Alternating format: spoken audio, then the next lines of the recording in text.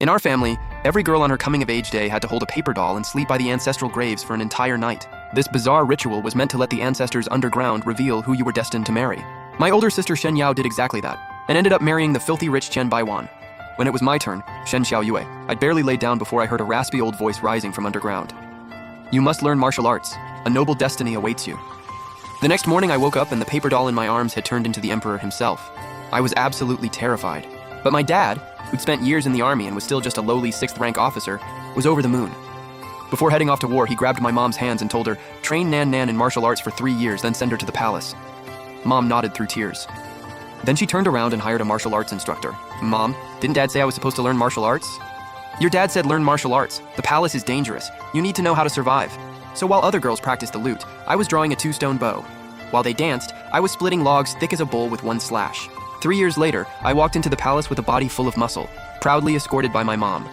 On selection day, the examiner asked everyone to showcase their talents. The girls before me recited poetry, painted, danced, all graceful and delicate. Announcing, Shen Xiaoyu, daughter of the Minister of War, step forward. I walked to the center of the hall, stared down all those judgmental and jealous eyes, and said, I've trained in strength. Dead silence. Then laughter rippled across the entire hall. Even the imperial consort was shaking with giggles. Strength? Interesting. Show us. I looked around, grabbed a bronze cauldron nearby, and lifted it over my head with one hand. That thing weighed a ton, but I held it rock steady without even flinching. Now that's the bodyguard we need. Anyone tries to assassinate us, she'll spin him like a propeller. This woman's martial skill is exceptional. We hereby appoint her as a 6th rank armed imperial guard. Just like that, I became the first imperial candidate in the Great Ming Dynasty to wear a flying fish robe. The day my dad came back to the capital, flags were flying and the energy was high. My lord, you're finally back. I have amazing news and our Nan Nan has made us so proud. How'd Nan Nan do at the selection? Did the emperor keep her token? He kept it, more than kept it. The emperor issued a decree on the spot and gave Nan Nan an official title. An official title? Since when do palace consorts hold office? Mom beamed with pride and recited the decree word for word. The emperor declares that Nan Nan's martial skill is exceptional. She is hereby appointed as a 6th rank armed imperial guard. The smile on Dad's face froze. His eyes traveled from my face to my broad, muscular shoulders, then down to my hands, knuckles defined, palms rough with calluses from years of training. The color drained from his face. Exceptional martial skill armed guard? Yes, thanks to your instructions. I hired the best martial arts instructor for Nan Nan. She can lift a 1,000-pound bronze cauldron now. Dad's lips started trembling. He couldn't get a single word out. Then his eyes rolled back, and he spat out a mouthful of blood. He collapsed straight backward, and the entire general's mansion erupted into chaos. Dad was bedridden. The doctor said it was a severe shock to the system. He needed rest. He lay there for 3 full days without saying a single word to me. Mom finally pieced it all together. Too guilty to face Dad, she spent all day moping around my room and sighing. 3 days later, people arrived from the palace carrying my official uniform and my blade. The eunuch told me to report to the Imperial Guard quarters first thing tomorrow morning. I grabbed my blade and went to Dad's room. He was propped up in bed, still pale.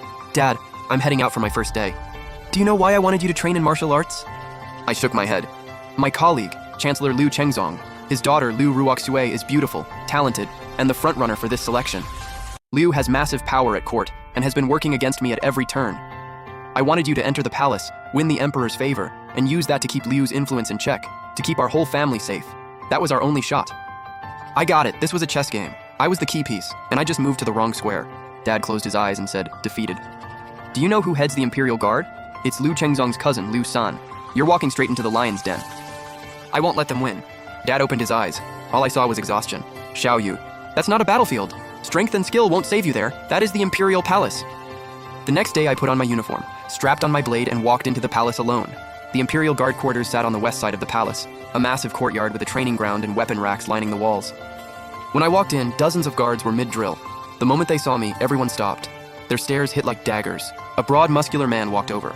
You're Shen Xiaoyue? Yeah, and you are? Deputy Commander Zhou Kui. The commander isn't available today. Follow me, I'll get you set up. He led me to a corner of the training ground where a stone lock sat on a stand, engraved with 200 Jin. You want to stay here, you play by the rules. Lift that stone lock and carry it around the full yard. Can't do it, go home. The guards crowded in, ready to watch the show. I didn't say a word. I walked over, grabbed the handle with one hand and lifted it, like picking up a grocery bag. The smirk on Zhou Kui's face froze. Every laugh died in everyone's throats. I carried it around the full loop, set it back down. Thud. Dead silence across the entire training ground. The guards who'd been waiting for me to fail were now looking at me completely differently. Zhou Kui's face cycled through every shade of green. You've got some brute strength. Doesn't mean you'll make a good guard. This job takes brains and sharp eyes. He reached into his robe and tossed me a badge. You're on duty tonight, Cold Palace. Yes, sir. Obviously a setup. The Cold Palace was eerie and isolated. Nobody wanted that post. The guards around me whispered to each other, more than a few smirking.